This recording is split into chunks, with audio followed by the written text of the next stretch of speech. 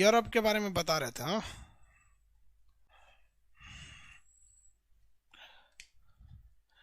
देखिए वो यूरोप के बारे में आप लोग को समझा रहे थे। बताइए तो, क्वेश्चन, शांति का नोबेल पुरस्कार कहाँ से दिया जाता है? आंसर दीजिए तो था फटाफट। शांति का नोबेल पुरस्कार कहाँ से दिया जाता है? ओस्लो से। ठीक है। ओम्बड्समैन यानी लोकपाल का पद कहाँ से आया? लोकपाल का पद कहाँ से आया? लोकपाल।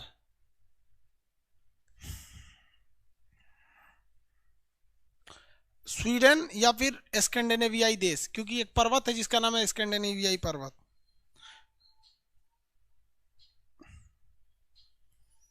स्कैंडिनेवियाई पर्वत के पास से स्वीडन है। सही, एक्यूरेट आंसर तो स्वीडन है। झीलों का देश, झीलों का देश।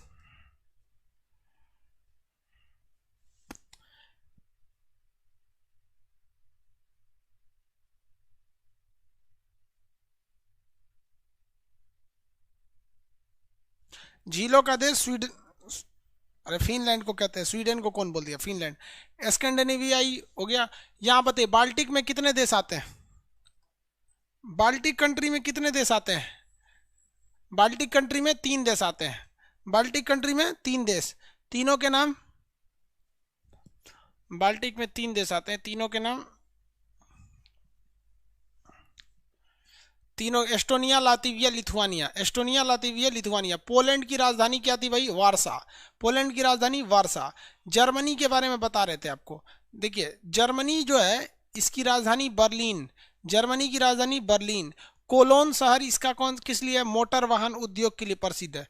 मोटर वाहन उद्योग के लिए प्रसिद्ध है। उसके नीचे एक जगह है स्टुगार्ट्स। जर्मनी का नीचे एक जगह देखिए ध्यान से, स्टुगार्ट्स। जिनके पास एटलस है यूरोप का, जल्दी फटाफट खोलिए यूरोप और नक्शा में देखिए स्टुगार्ट्स। और हमको बताना है आंसर कि स्टुगार्ट्स में 1907 ईस्वी में भारत का तिरंगा झंडा जो विदेश में पहली बार लहराया गया, तो विदेश में पहला झंडा स्टुगार्ट्स में लहराया गया था 1907 ईस्वी में। वह किसने लहराया था? आंसर दीजिए, ये सीडीएस का क्वेश्चन है। भारत का विदेश में झंडा 1907 में जर्मनी के शहर स्टुगार्ट्स में लहराया गया। और लहराने वाली का नाम क्या था? आंसर चाहिए। Madam Bhikaji Cama, Pappu Kumar, very good. Madam Bhikaji Kumar, Bhikaji Cama, madam Bhikaji Cama, very good. Krishna Patel ji, Vikas Soni, Abhay Kumar.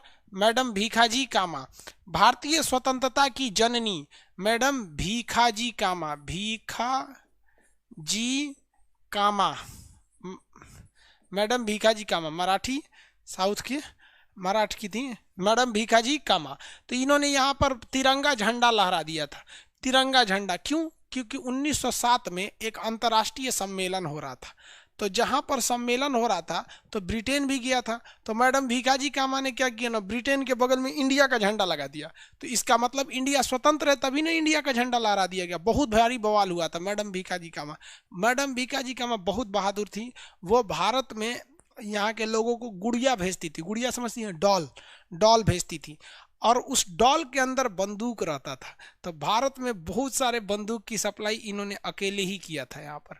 तो जिससे गर्म दल वालों को फायदा हुआ, वरना हमारे यहाँ उतनी बंदूकें कहाँ थी। अब बिहार के मुंगेर का बंदूक जो होता है वो ज़्यादा दूर से गोली थोड़ी मार सकते हैं, सोचा पास पास आके मारना रहता है।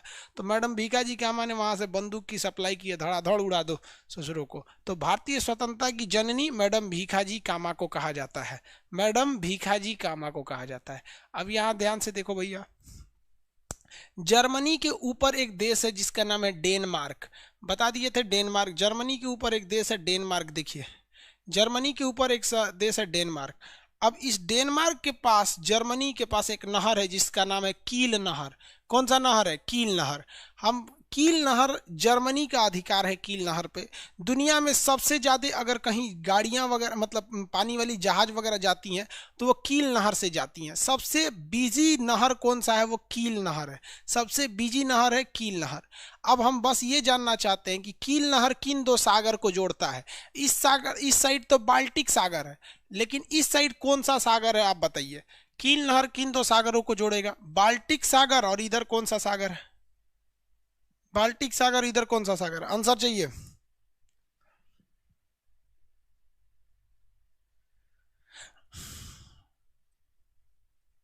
आंसर दीजिए बाबू। हाँ, उत्तर सागर, उत्तर सागर। तो उत्तर सागर और बाल्टिक सागर को जोड़ने वाला नहर का नाम है कील नहर। लेकिन क्वेश्चन आप फंस जाएंगे। कील नहर एक नेचुरल नहर है। नेचुरल नहर की कैटेगरी में सबसे बिजी नहर है आपका कील नहर। बट स्वेज नहर एक आर्टिफिशियल नहर है। तो आर्टिफिशियल नहर के में आपका आ जाएगा स्वेज नहर। ये जब नहर चैप्टर पढ़ाएंगे तो आपको बताएंगे, और वहां फिर आपको ये बताएंगे कि कील नहर कहाँ पर है। कील नहर पर किस देश का अधिकार है? जर्मनी का। अब आप में से बहुत सारे लोग जो हैं वो कहते होंगे कि सर रिवाइज कैसे करें। ध्यान से मेरी ओर देखिए, रिवाइज कैसे करिएगा। जब भी आप रिवाइज करने जाइए तो आपके सामने एक बार एटलस को देख लीजिए कि यूरोप में जर्मनी कहाँ है, तो ऊपर की ओर है। अभी जर्मनी में विरोध प्रदर्शन हो रहे हैं, हालिया घटना है, 10,000 लोग विरोध प्रदर्शन में उतरे हैं। जानते हैं क्यों? क्योंकि वहां की सरकार दोबारा लॉकडाउन लगाने जा रही है, क्योंकि कोरोना का एक फेज फिर आने वाला है। तो आप लोग जर्मनी के जो करंट अफेयर के न्यूज रहते हैं उसको जरा ध्यान दे लिया कीजिए। अब उसके बाद जर्मनी जब खोल लेंगे तो दिमाग में आएगा कि ये यूरोप के नॉर्दर्न साइड में आता है जर्मनी। अब ये जर्मनी से रिलेटेड आप अपने इत्मीनान से देखिए कैसे रिवाइज किया जाता है। ध्यान से जर्मनी दिमाग में बैठा लीजिए, और अब देखिए उसके बड़े शहरों को देखिए। जर्मनी की राजधानी बर्लिन इस साइड थी। बर्लिन की दीवार 1989 को गिरा दी गई, फिर से जर्मनी स्वतंत्र हो गया। बर्लिन खत्म वहां पर। अब बर्लिन के इस साइड में है कोलोन। अब आप कहेंगे सर कोलोन किस लिए? तो दिमाग में लगाइए कोलोन किस लिए? मर्सिडीज गाड़ियों के लिए। नीचे में स्टुगार्ट्स और म्यूनिक्स था। म्यूनिक्स तो एक बड़ा सा शहर था और कुछ नहीं। स्टुगार्ट्स 1917 मैडम भीखाजी कामा तिरंगा झंडा लहराई, इन्हें स्वतंत्रता की जननी कहते। ये हो गया। ऊपर में देखेंगे तो ऊपर कौन सा देश है भैया? डेनमार्क है। वहां कौन सी नहर है? कील नहर है। नेचुरल है या फिर आर्टिफिशियल है? तो नेचुरल है। किसको जोड़ती है? तो बाल्टिक सागर और नॉर्दर्न सागर, उत्तर सागर को जोड़ती है। किसका अधिकार है? तो जर्मनी का अधिकार है। जर्मनी ने किस पर हमला किया था? पोलैंड पर। किस लिए? रूस को लालच देने के लिए। रूस पोलैंड की ओर आ जाए, फिर इसने हमला कर दिया। कौन सा विश्व युद्ध चालू हो गया? द्वितीय विश्व युद्ध चालू हो गया। जर्मनी हो गया। जर्मनी। जर्मनी की सबसे प्रसिद्ध नदी कौन सी है? राइन नदी है। उसमें आप नक्शा में ध्यान से देखिएगा, आपको राइन नदी देखने को मिलेगा। जर्मनी की सबसे प्रसिद्ध नदी राइन नदी। जर्मनी की सबसे प्रसिद्ध नदी राइन नदी ऊपर की ओर जाती है। सबसे बिजी नदी कौन सी है? राइन नदी। इसमें सबसे ज्यादा नाव चलती है। सब लोग जिस तरह हमारे यहाँ ट्रक पे कैसे सड़क पे ट्रक्स वगैरह चलते हैं एकदम एक के पीछे एक, वैसे ही जर्मनी में राइन नदी के ऊपर क्या चलती है? नाव चलती है सामान को ढोने के लिए। और इसके बावजूद वहां पर कोयला की ढुलाई होती है। कोयला की ढुलाई होती है। और फिर भी वो राइन नदी इतनी साफ है कि आप अगर उसमें एक का सिक्का फेंक दीजिएगा तो आपको वो आराम से वहां दिख जाएगा। और भारत की नदी में से जरा ट्रक फेंक दीजिएगा तो गायब हो जाएगा, नहीं दिखेगा। गांधी सेतु पटना में एगो स्कॉर्पियो गिर गई समुद्र नीचे, 2 साल हो गया आज ले नहीं मिला वो स्कॉर्पियो। यहाँ एगो सिक्का फेंक दीजिएगा तो दिख जाता है। तो ये राइन नदी है। दुनिया की सबसे साफ नदी राइन नदी। दुनिया की सबसे बिजी नदी राइन नदी। जर्मनी की गंगा राइन नदी। जर्मनी की जीवन रेखा राइन नदी। किसी को कोई दिक्कत है?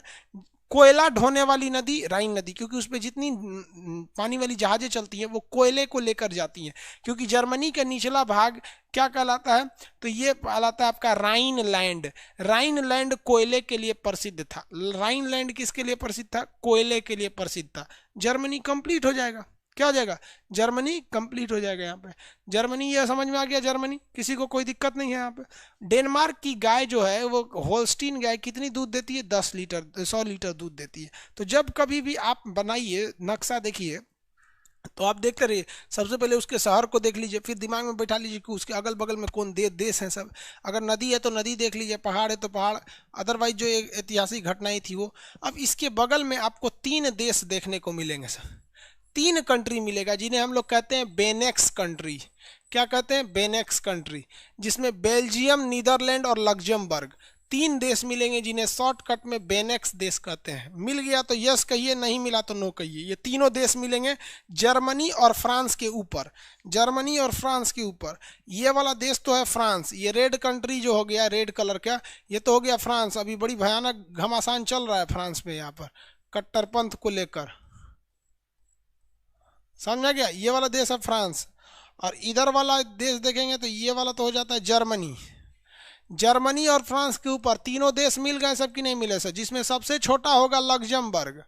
सबसे छोटा होगा लग्जमबर्ग, सबसे छोटा होगा लग्जमबर्ग। जल्दी फटाफट, मिल गया लग्जमबर्ग। तीनों देश को क्या कहते हैं शॉर्टकट में? बेनेक्स कंट्री कहते हैं, बेनेक्स। बे से बेल्जियम, ने से नीदरलैंड, एक्स से लग्जमबर्ग। लग्जमबर्ग में एक्स आता है बीच में, मिल गया? Yes, very good. अरे भैया, बेल्जियम की राजधानी ना ब्रसेल्स है, या ब्रसेल्स देश थोड़ी है। अब कौन भारत का नक्शा देखेगा कहेगा सर दिल्ली मिल गया, भाई दिल्ली देश थोड़े है, भारत ना देश है, राजधानी उसकी दिल्ली है। जो कह रहा है सर बेल्जियम नहीं मिल रहा, ब्रसेल्स मिल रहा है। भैया बेल्जियम की राजधानी है ब्रसेल्स ना, लग्जमबर्ग की राजधानी तो लग्जमेबर्ग इतनी चुकी है ये हो। और इसकी राजधानी क्या नाम है? नीदरलैंड की राजधानी 75 बार पूछा है, एम्स्टर्डम। नीदरलैंड की राजधानी एम्स्टर्डम, नीदरलैंड की राजधानी एम्स्टर्डम। इसमें सबसे ऊपर आपको नीदरलैंड मिलेगा, जबकि शॉर्टकट जो बनाया गया है उसमें नीदरलैंड को बीच में रख दिया गया है, लेकिन नक्शा के हिसाब से आपको ऊपर की ओर मिलेगा नीदरलैंड। मिल गया नीदरलैंड, कितने लोग को नहीं मिला Netherlands?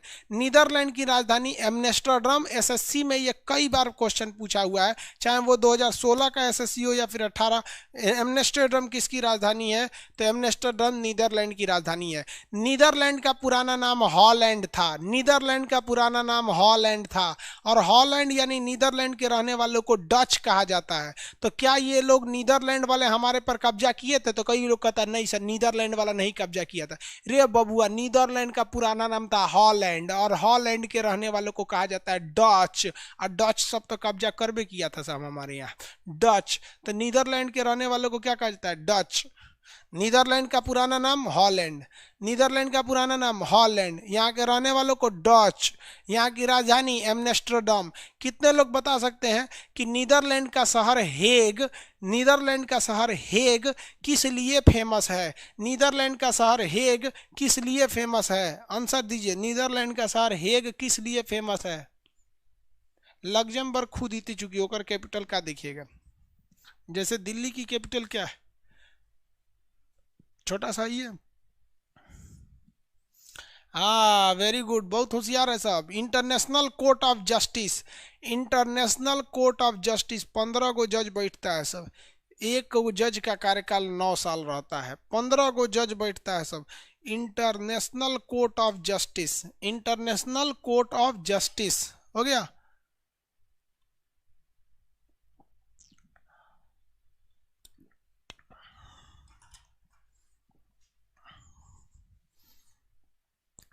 International court of justice कितने जज बैठते हैं? 15। एक जज का कार्यकाल 9 साल, एक जज का कार्यकाल 9 साल। अभी इसमें कौन से जज हैं जो भारत के हैं? कितने लोग बता सकते हैं? इसमें एक भारत के जज अभी भी हैं, 2026 तक रहेंगे। कितने, कौन बता सकता है उस जज का नाम? अभी भी उसमें एक जज हैं भारत के, जज का नाम बता दीजिए। अरे भाई नरेंद्र सिंह तो पहले जज थे, अभी कौन है? अमर कुमार, दलबीर भंडारी नाम है, दलबीर सिंह नहीं, भंडारी साहब, वेरी गुड, दलबीर भंडारी। ये हम कई वीडियोस में बनाए भी हैं। नेपाल जब इंटरनेशनल कोर्ट में जाने वाला था तो हम उस समय वीडियो बनाए थे। करंट टॉपिक आप यूट्यूब पे देखते रहिएगा, वो हम वैसे ही टॉपिक बनाते हैं यूट्यूब पर जो यूपीएससी है या फिर किसी एग्जाम से रिलेटेड अच्छा रहता है, मेंस वगैरह के लिए। तो दलबीर भंडारी भारत के एक जज हैं। कितने लोग बता सकते हैं कि नीदरलैंड का सबसे बड़ा बंदरगाह कौन सा है? ये क्वेश्चन आपको बता देते हैं हम, ये पीसीएस का क्वेश्चन पूछा हुआ था यूपी पीसीएस में कि पूरे यूरोप का सबसे बिजी बंदरगाह कौन सा है, यानी सी पोर्ट सबसे बिजी कौन सा है। हम आपको ट्रिक दे देते हैं कि वह नीदरलैंड की राजधानी एम्स्टर्डम के करीब है, लेकिन उसका नाम इस नक्शे में नहीं दिया है। कितने लोग जानते हैं कि पूरे यूरोप का सबसे व्यस्त बंदरगाह कौन सा है जो नीदरलैंड में? नाम बता सकते हैं? बंदरगाह का नाम बता देंगे। रोटरडैम नहीं है, वेरी गुड।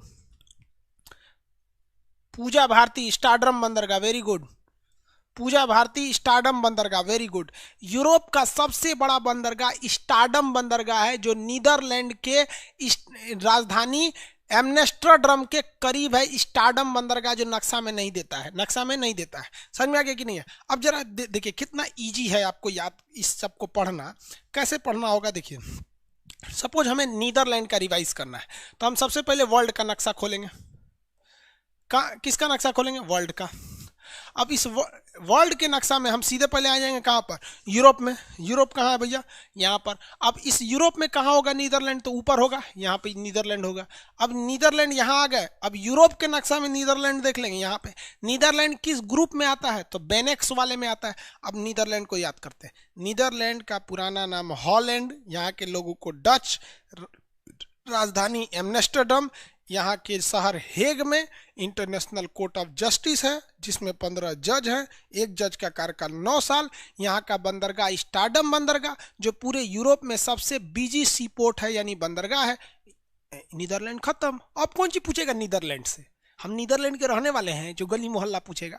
एक अमेरिका के लोग से, एक नीदरलैंड वाले से भारत से क्या उम्मीद करते हैं? उसको पता होगा पटना कहाँ है, उसको पता होगा भोपाल कहाँ है? नहीं, क्या करेगा जान के? यहाँ उसको दिल्ली मुंबई से पता है, दिल्ली मुंबई पता होगा, कलकत्ता पता होगा, जो बड़े बड़े शहर है, बेंगलोर चेन्नई, ये सब चीज़ें। बाकी अब कहिएगा कि हमारे गाँव का भैंस कहाँ बनाती है, बताओ नीदरलैंड का आदमी क्या बताएगा? नीदरलैंड हो गया, किसी को कोई दिक्कत नहीं नीदरलैंड में। स्टारडम बंदरगाह, वेरी गुड। सब लोग का सही है जी, सब जानता था, सब होशियार है सब।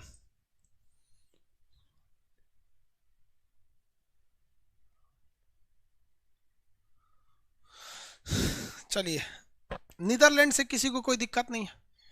किसी को कोई दिक्कत नहीं है नीदरलैंड से? कोई दिक्कत नहीं है। चलिए, उसके नीचे बेल्जियम है। कितने लोग बताएंगे बेल्जियम की राजधानी? हाँ, ब्रसेल्स है। जस्ट उसके नीचे है बेल्जियम। देखिए 3 गो देश है सब ना, तो ये ऊपरा वाला, ये जो है ऊपरा वाला, ये नीदरलैंड है, और उसके नीचे वाला ललका, ये वाला बेल्जियम है। कौन है? बेल्जियम। बेल्जियम की राजधानी ब्रुसेल्स। ब्रसेल्स। ब्रसेल्स में कौन सी सेना का मुख्यालय है? नाटो सेना का मुख्यालय है। नाटो सेना का मुख्यालय है। नाटो का गठन 1948 में हुआ था। इसमें टोटल कितने देश हैं? 29 देश हैं। नाटो का गठन 1948, 29 देश हैं सब। कितने देश हैं सब? 29 देश हैं सब। 29 देश। 49 में हुआ था गठन इसका, 48 में नहीं हुआ था, 49 में। कितने देश हैं? 29। पहले कितने देश थे? 28 देश थे। इसमें जितने बड़े बड़े देश देखते हैं ना, वो इसमें शामिल हैं, सब यूरोप वाले। जितने बड़े ईसाई कंट्री हैं सब के सब इसमें शामिल हैं। इसमें चाइना नहीं है, रूस नहीं है, भारत नहीं है, पाकिस्तान नहीं है, क्योंकि वो एशिया में आते हैं। और ये नॉर्थ अटलांटिक, यानी ये सागर जो है ना Atlantic, North Atlantic Treaty Organisation है। यानी यह संगठन किसका है? वैसे देशों का संगठन जो इस समुंदर से सीमा रखते हैं। ये अटलांटिक सागर है, नॉर्थ अटलांटिक सागर है, ये नॉर्थ अटलांटिक ट्रीटी ऑर्गेनाइजेशन, इसी को कहते हैं नाटो। तो जो देश इस समुंदर से सीमा रखते हैं, जैसे कनाडा है, अमेरिका है, मैक्सिको है, ब्रिटेन है, फ्रांस है, इटली है, जर्मनी है, ये सब जो देश, इससे तुर्की उर्की है सब, ये सब स्पेन है, ये जो सीमा रखते हैं नाटो देश हैं। नाटो में 29 देश आते हैं। इसे सूर्य कहते हैं ना कि हमारे किसी देश को अगर कोई ऐसा देश जो नाटो का सदस्य नहीं हुआ हमला कर देता है, जैसे तुर्की पर, मान लीजिए भारत तुर्की पर हमला करेगा, तो इसे सूरा 29 मिल के भारत को मार देगा सब। इसीलिए देख रहे हैं ना तुर्की कितना छटपटाता है, तैयबुल अर्दोगान, ये कर देंगे वो कर देंगे, अपने दम पे कूद रहा है, तुम नाटो के दम पर कूद रहा है कि नहीं?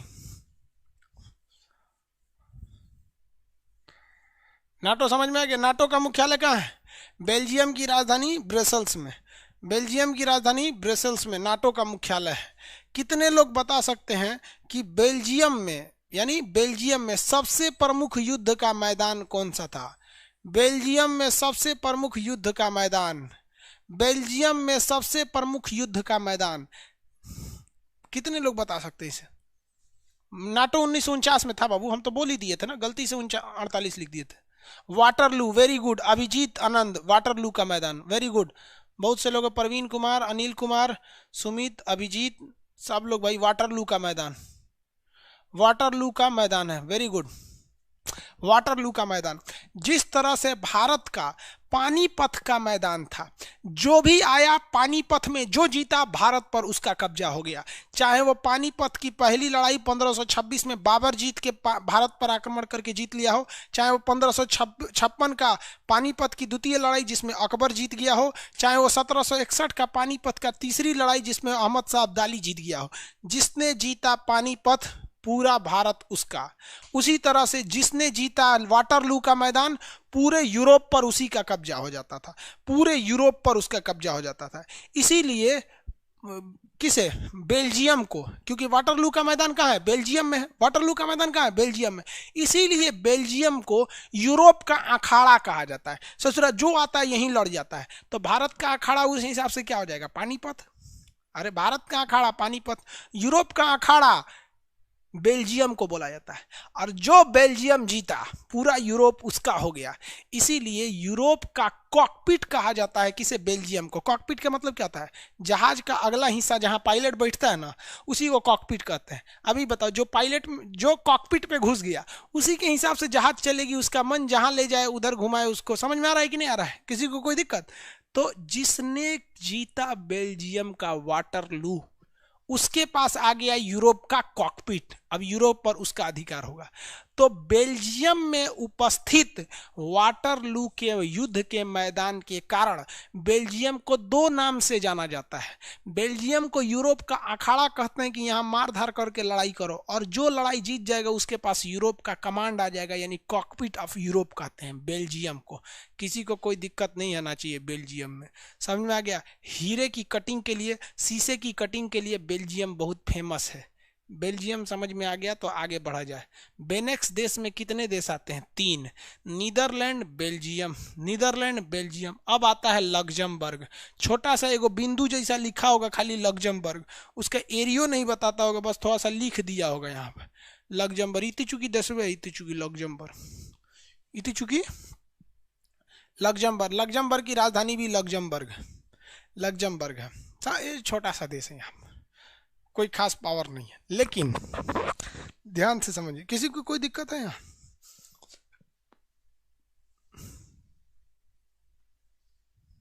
पता नहीं क्या कहता है। होल्स्टीन गाय भारत में क्यों नहीं आती है सर? ठंडा मार देगा उसे, गर्मी में मर जाएंगी सर, इसलिए उसका क्रॉसिंग करके ना फिर होल्स्टीन फिजिशियन लाते हैं। कल का क्लास नहीं किया था ये लोल। बैल है, बैल गाय के बारे में पूछ रहा है, कल बताए तो थे ही। आगे देखा जाए लग्जमबर्ग को। लग्जमबर्ग एक छोटा सा देश है। जरा देखिए कि हम हिंदुस्तान वाले, कल्पना कीजिए कि कोई ऐसी बिल्डिंग की कल्पना कीजिए जहां पर भारत का नेता, पाकिस्तान का नेता, चाइना का, भूटान का नेता, यानी एशिया के लोगों के लिए एक कॉमन संसद भवन की कल्पना कर सकते हैं। एशिया के लोगों के लिए, जिसमें एशिया के सारे नेता बैठ के अपना डिसीजन ले। कोई एक कॉमन संसद। साला पहले दिन झगड़ा इस बात का होगा कि वो बनेगा कहाँ। चाइना कहेगा हमारे यहाँ, भारत कहेगा हमारे यहाँ, पाकिस्तान कहेगा हमारे यहाँ। जब पाकिस्तान में बन जाएगा तो कोनो जेबे नहीं करेगा, जो कब कोना को बम मारेगा तो पता ही नहीं चलता। बन सकता है? नहीं बन सकता, क्योंकि हमारी लड़ाई है, सीमा विवाद चल रहा है, जाति धर्म हर चीज का विवाद चल रहा है, और हम लोग बहुत अशिक्षित हैं एशिया वाले लोग। अब ये लोग, यूरोप वालों ने अपना एक कॉमन संसद भवन बनाया है। सोचिए भाई साहब कितने डेवलप हैं ये यूरोप वाले। अपना एक कॉमन संसद भवन बनाए हैं, और वो कॉमन संसद भवन लग्जमबर्ग में है। तो कहा, क्वेश्चन जाता है कि यूरोपीय संघ का, यानी यूरोपीय यूनियन का एक कॉमन संसद कहां पर है? वो लग्जमबर्ग में है। सोचिए, यूरोपीय यूनियन का कॉमन संसद लग्जमबर्ग में स्थित है। कॉमन संसद कहां पर स्थित है बबुआ? लग्जमबर्ग में स्थित है। तो बताइए लग्जमबर्ग में किस लिए फेमस है? कॉमन संसद के वजह से, कॉमन संसद के वजह से फेमस है। आगे बढ़े, आगे बढ़े। वो कह रहा है कि सर अगर ऐसा एशिया में रहता तो चाइना कहता कि लग्जमबर्ग मेरा है। तो जो चाइनवा को लगता है सब उसका है। हद है भैया, सब उसका है। यहाँ चाइना, चाइना के पास सबसे बड़ा चीज जानते हैं क्या है? चाइना इतना आगे क्यों गया? उसने अपने यहाँ किसी भी धर्म को पनपने नहीं दिया। इवन चाइना का ओरिजिनल ऑफिशियल तो उसका कोई धर्म नहीं है, बौद्ध धर्म है। इवन बौद्ध धर्म को भी वो आगे नहीं जाने देता है। दलाई लामा को कूच काच के भगा दिए इंडिया से, ज्यादा कोई वहाँ दलाई। आप बताइए बौद्ध धर्म का सबसे बड़ा गुरु कौन है? पूरी दुनिया में बौद्ध धर्म का सबसे बड़ा गुरु कौन है? दलाई लामा। जबकि बौद्ध धर्म सबसे ज्यादा किस देश में? चाइना में है। वो बौद्ध धर्म को भी नहीं बढ़ने देता है, इस्लाम धर्म को भी नहीं बढ़ने देता है, सिख धर्म, जैन धर्म, किसी भी धर्म को नहीं बढ़ने देता। कोई धर्म बढ़ेगा कूच काच के रद्द कर देगा वहां पर। इसीलिए वो आगे है और हम लोग इसीलिए पीछे हैं क्योंकि हम पहले धर्म फर्स्ट आ जाता है यहाँ पर, धर्म, और उसके बाद आ जाता है जाति। हम इसी में रहते हैं और अगले 100 साल तक हम इससे बाहर आने वाले नहीं हैं। इसलिए अगले 100 साल तक कोई नहीं। कई लड़का कर रहा है सर बिहार इलेक्शन पे कुछ बोलिए ना। हम क्या बोलेंगे रे? हमरा पता है कौन जात वाला किसको वोट देता है। हम क्या बोलेंगे उसमें? उसको विकास से मतलब नहीं है। उसको पता है कि किस जाति का है, किस धर्म का है, किसको वोट देगा। और जो बिहार के स्टूडेंट है उनको भी पता है कि फलानिया आदमी किसको वोट देता है। समझा गया कि नहीं? किसी के नाम पे लगा हुआ है राणा प्रताप सिंह तो समझिए कि किसको वोट देंगे। किस में लगा है नरेंद्र कुशवाहा तो समझिए किसको वोट देंगे। जाकिर हुसैन वो किसको वोट देंगे। सुरेंद्र यादव ये भी पता है किसको वोट देंगे। राजेश मिश्रा ये भी किसको वोट देंगे। सबको पता है। सोचा तो क्या बोले हम इलेक्शन में? एक को वीडियो नहीं बनाए होंगे बिहार इलेक्शन पे, इसलिए हमको सब पता ही रहता है भाई, पहले से मैच फिक्सिंग है। तो ये इतना कॉमन संसद बना दिया इन लोगों ने, इतने ये लोग पढ़े लिखे होते हैं सब। तो यूरोप वाले पूरी दुनिया पे कब्जा कर लिए लोग माइंड गेम से, और हम लोग आपस में ही लड़ रहे होते हैं। छोड़िए इस सब बात को, आगे देखते हैं लोग। ये हो गया आपका कौन सी कंट्री? बेनेक्स देश। ये कौन सी कंट्री? बेनेक्स देश। और ये वाली कंट्री बताइए तो, ये बाल्टिक देश, ये बाल्टिक देश। आइए ऊपर वाले जो कंट्री हैं सब ना, इन्हें स्कैंडिनेवियाई कहते हैं या नार्डिक कंट्री कहते हैं। क्या कहते हैं? Nordic country. तो देखिए ये नार्डिक कंट्री हो जाएंगे सब, या स्कैंडिनेवियाई, नॉर्वे, स्वीडन, फिनलैंड, डेनमार्क। इन्हें आप नार्डिक कहिए या फिर स्कैंडिनेवियाई कहिए। और ये बाल्टिक देश क्योंकि बाल्टिक सागर के पास है। और ये द्वितीय विश्व युद्ध वाले, द्वितीय विश्व युद्ध कौन कराया था? जर्मनी ने हमला किया पोलैंड पर। तो आपको याद करना कितना सिंपल है। सबसे पहले आप 4 गो नार्डिक देश याद रख लीजिए यहाँ पर, स्कैंडिनेवियाई, Norway, Sweden, Finland, Denmark. Norway, Sweden, Finland, Denmark, ये क्या हो जाएंगे सब? स्कैंडिनेवियाई। Norway, Finland, Denmark, Norway, Sweden, Finland, Denmark. लेकिन फिनलैंड को एक बार क्या हुआ था, स्कैंडिनेवियाई देशों के 4 समूह से निकाल दिया गया था। इसलिए अक्सर क्वेश्चन पूछता है कि किस देश को स्कैंडिनेवियाई में नहीं रखते हैं। तो कभी कभी फिनलैंड को इन 4 स्कैंडिनेवियाई के ग्रुप से हटा के पूछ देता है क्वेश्चन। ये 3 देश को क्या कहते हैं? बाल्टिक देश, रूस से अलग हुए। ये दोनों द्वितीय विश्व युद्ध के जन्मदाता, जर्मनी और पोलैंड, जर्मनी और पोलैंड। ये बोलिए तो ये है आपका बेनेक्स देश। कौन सा देश? बेनेक्स देश। कौन देश? बेनेक्स देश। हो गया, आगे बढ़ जा। सर चीन पाकिस्तान में 27 किलोमीटर मेट्रो बना रहा है। अरे भाई कुछ दिन में चीन पाकिस्तान में बच्चे पैदा करेगा। अभी मेट्रो की बात कर रहे हो। देखना ना, सब पाकिस्तान वाली जाएगी, सब प्रेग्नेंट चीन में। मेट्रो बना रहा है वो पगला को, मेट्रो का पुलो नहीं बना पाता है। पाकिस्तान चाइना की बात करता है, मेरा दिमाग ही खराब हो जाता है। चाइना पाकिस्तान की बात करता है सब। एक तो पाकिस्तानी मेरे वीडियो पे कमेंट किया था कि सर आप पाकिस्तान को नहीं गरियाएगा तो काम नहीं चलेगा। हम कह रहे सचुरा तो ना गरियाएंगे, खन में ना पचेगा अपना। चलो देखो यहाँ ये वाला हो गया। अब ऊपर में देखते हैं हम लोग कंट्री ब्रिटेन को। आप ऊपर देखिए, आपके नक्शा में एक बड़ा इस टाइप का कंट्री दिखेगा, इसे कहते हैं ब्रिटेन। इसे क्या कहेंगे? ब्रिटेन। फ्रांस के जस्ट ऊपर दिखेगा। अभी नीचे मत है, नीचे आएंगे तो इधर रह जाएंगे, पहले इनको निपटा देते हैं। ये देश कौन सा है? ब्रिटेन। कौन देश है? ब्रिटेन। अरे भैया दिखा कि नहीं दिखा? ब्रिटेन देश दिख गया? ब्रिटेन मिला कि नहीं?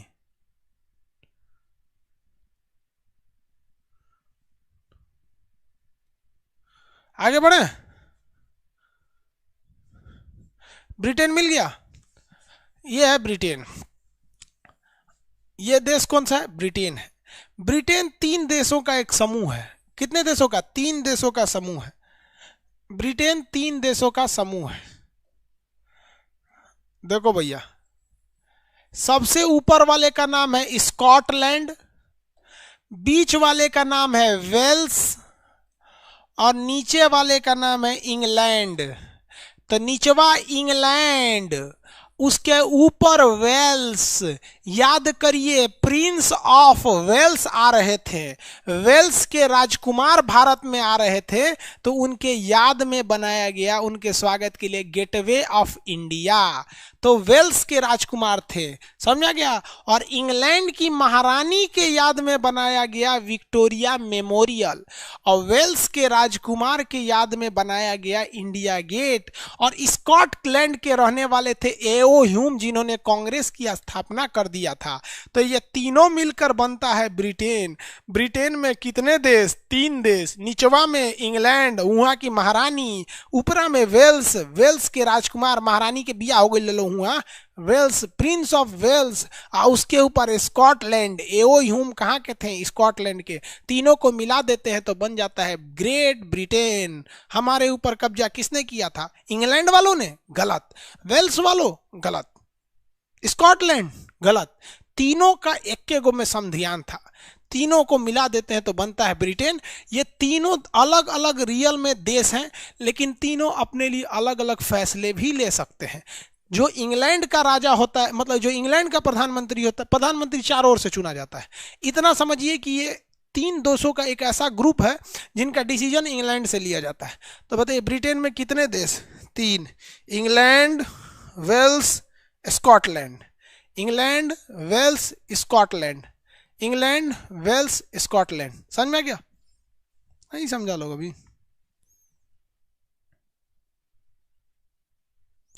एक कह रहे हैं कि सर यूपीएससी के लिए हिंदी मीडियम सही है या इंग्लिश मीडियम सही है? देखो बाबू, इंग्लिश मीडियम में टीचर थोड़े से हाई लेवल के मिल जाते हैं, और इंग्लिश मीडियम में किताबें, मतलब पढ़ने वाले लड़के के पास संसाधन ज़्यादा होता है, क्योंकि अमूमन इंग्लिश मीडियम का लड़का अमीर घर का होता है, उसे हर तरह के संसाधन है। अदरवाइज कोई खास इफेक्ट नहीं पड़ता है। अगर आपको टीचर अच्छे मिल गए तो हिंदी मीडियम भी आप अच्छे करेंगे। अब आप बताओ भैया, अगर किसी से पूछ दिया इंग्लिश मीडियम में कि ब्रिटेन में इंग्लैंड में क्या अंतर है, तो आप हिंदी में भी बोलेंगे 3 भाग है, इंग्लिश में भी बोलेंगे 3 भाग होता है। समझ में आ गया कि नहीं आ गया? क्वालिटी पर डिपेंड करता है, मीडियम से कोई असर नहीं पड़ेगा। और रही बात आपका अगर हिंदी मीडियम है, तो क्या आप उसको इंग्लिश में जवाब दे पाएंगे? नहीं दे पाएंगे, क्योंकि आप 2 साल तो इसी को बर्बाद कर देंगे इंग्लिश से हिंदी समझते वक्त, क्योंकि टेक्निकल पढ़ाइयाँ बहुत अलग हो जाती हैं। आप इंग्लिश बोलना जानते हैं, इसका मतलब ये नहीं हुआ कि आप पूरे हिस्ट्री को इंग्लिश में याद करके लिख देंगे, फिर वहाँ जाके दिक्कत होने लगेगा। तो इसलिए इस सब मामले को आप दिमाग से हटा दीजिए। आप खुद से देखिए कि इंग्लिश मीडियम वालों का लाइफ स्टाइल कैसे होता है। वो काम से काम मतलब रखते हैं, और हिंदी मीडियम वाला 8 गो तो लड़की पटेले रहता है, एगो गांव में, एगो कोचिंग में, एगो फ्लैट में, एगो जोने रूम में रहता है वहीं में, आधा दिन तो चक्करे पकड़ में रह जाता है।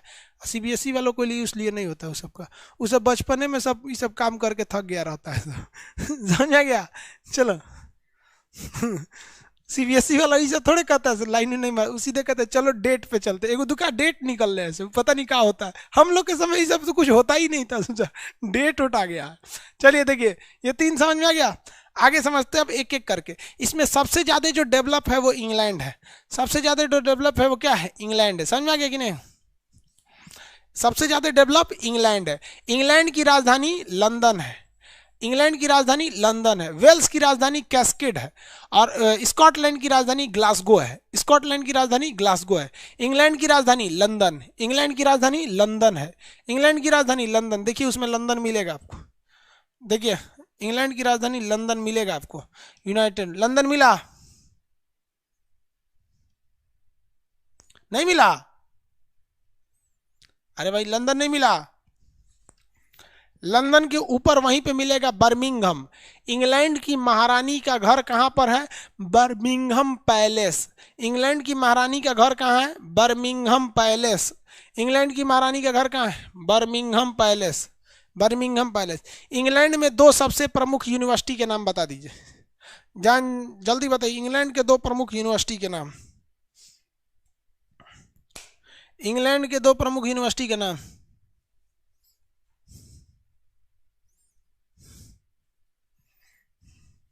ऑक्सफोर्ड, हाँ ऑक्सफोर्ड तो है। एक और कोई बताइए?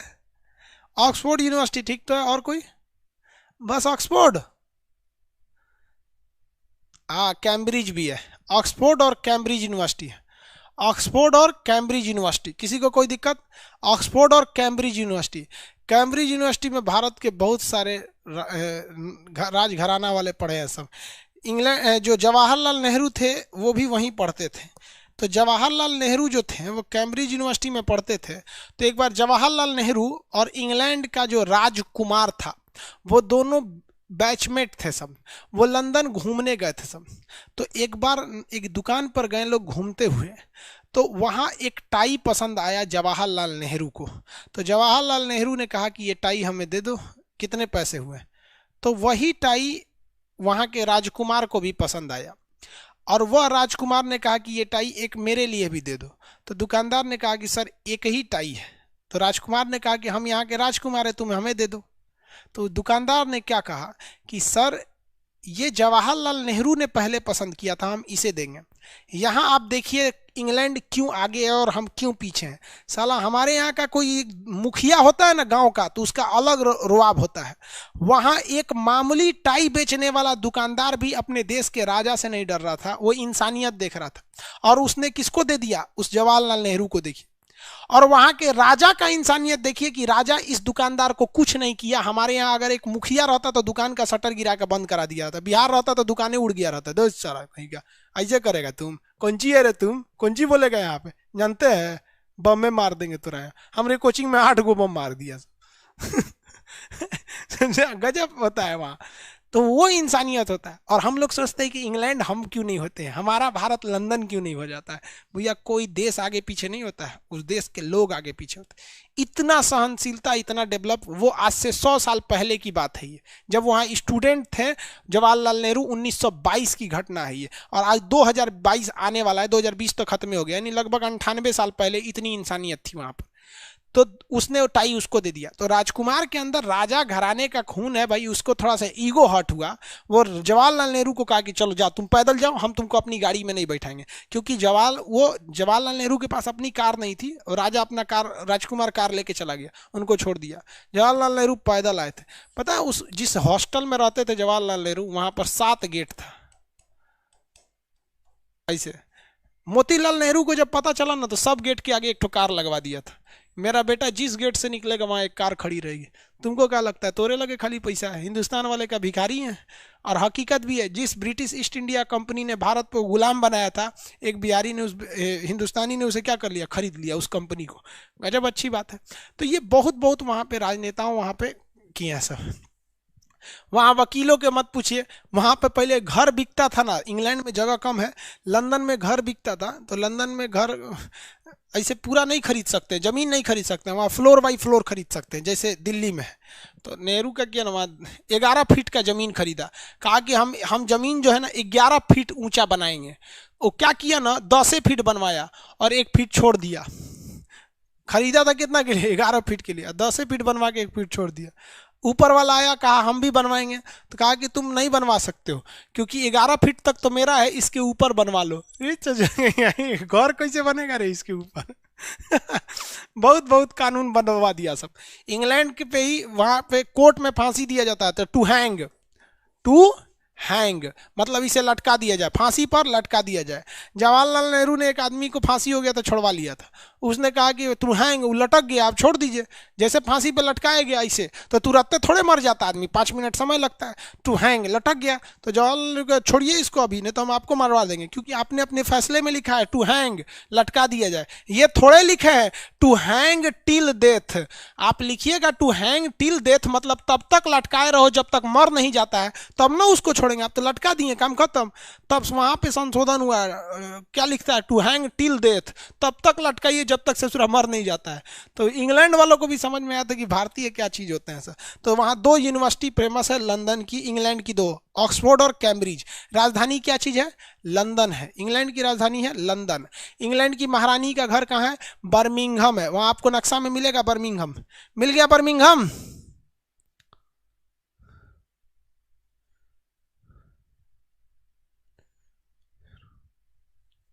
यूरोप वाला इतना चेस क्यों खेलता है?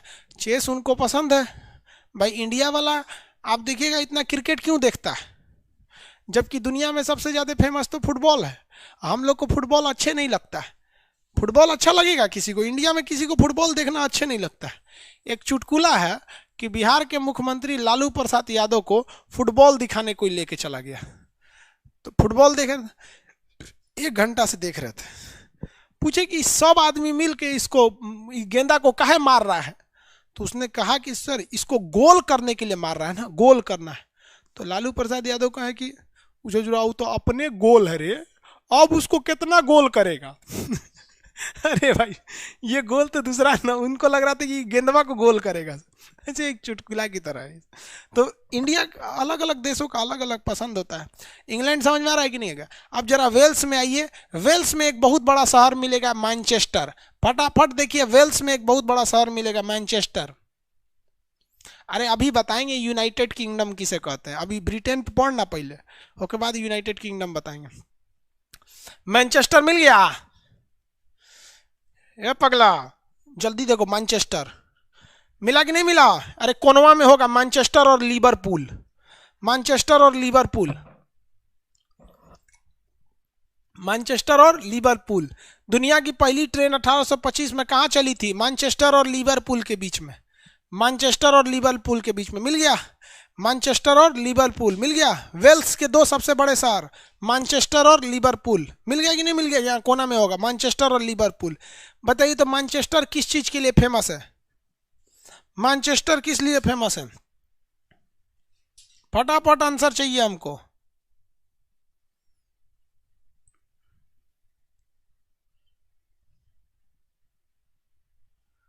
अरे भैया मैनचेस्टर, हाँ टेक्सटाइल के लिए, वेरी गुड, टेक्सटाइल के लिए फेमस है।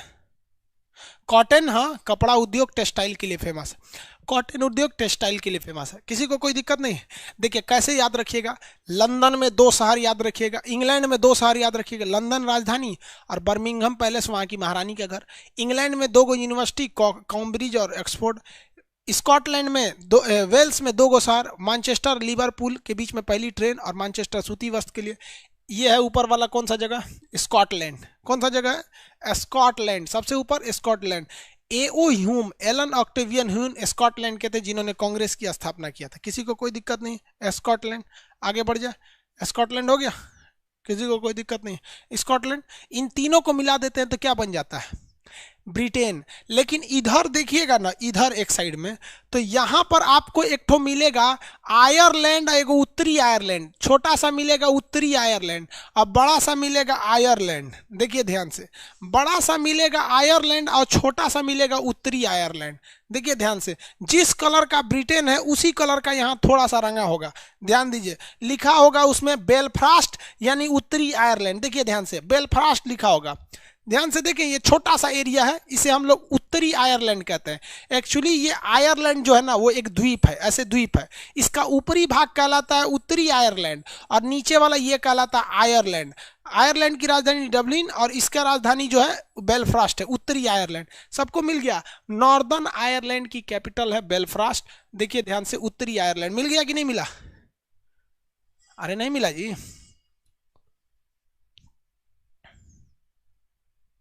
अरे बकलोलवा हाँ ना बोलो ना, मिला कि नहीं मिला? उत्तरी आयरलैंड मिल गया ना? स्कॉटलैंड नहीं मिला, लिखेगा थोड़े ना स्कॉटलैंड है, ऊपरी भाग है। मिल गया ना? हाँ। तो देखिए ध्यान से बबुआ, बबुआ लोग देखो ध्यान से।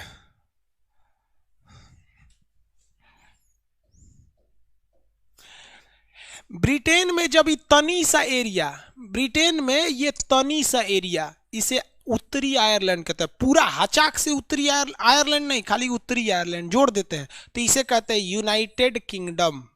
ब्रिटेन प्लस उत्तरी आयरलैंड को मिला देंगे तो यूनाइटेड किंगडम क्या बन जाता है? United kingdom. तो यूनाइटेड किंगडम में कितने? 4 गो। यूनाइटेड किंगडम में कितने? 4 गो। ब्रिटेन में तो 3 गो था ही, एगो उत्तरी आयरलैंड भी घोंप लिया तो क्या बन गया? वो यूनाइटेड किंगडम बन गया। क्या बन गया? United kingdom. तो ब्रिटेन में कई गो? 3 गो। कौन कौन? England, Wales, Scotland. ऊपरी भाग का नाम क्या है? स्कॉटलैंड। ऊपरी भाग का नाम स्कॉटलैंड। वो दिखेगा थोड़ी ना स्कॉटलैंड, सब दिखिए जाएगा तो पढ़ने हमरा से कौन आएगा? स्कॉटलैंड। समझ में आ रहा है कि नहीं आ रहा है? किसी को दिक्कत? ब्रिटेन में जब एक और भाग को जोड़ देते हैं तो क्या बन जाता है? United kingdom. यूके बोलते हैं जिसे, यूके, यूनाइटेड किंगडम। समझ में आ गया? अब यूनाइटेड किंगडम के नीचे आयरलैंड, ये है आयरलैंड। बताइए हमारे संविधान का नीति निदेशक तत्व कहाँ से आया था? संविधान का नीति निदेशक तत्व कहाँ से आया था? नीति निदेशक तत्व, directive principle of state policy, DPSP, कहाँ से आया था? आयरलैंड से आया था। और आयरलैंड कहाँ से लाया था? स्पेन से लेके आया था। आयरलैंड स्पेन से लेके आया था। किसी को कोई दिक्कत नहीं? आयरलैंड कहाँ से आया था? स्पेन से लेके आया था आयरलैंड। आयरलैंड की सबसे फेमस महिला का नाम बता सकते हैं जो भारत की स्वतंत्रता में भाग ली थी? आयरलैंड की सबसे फेमस महिला का नाम?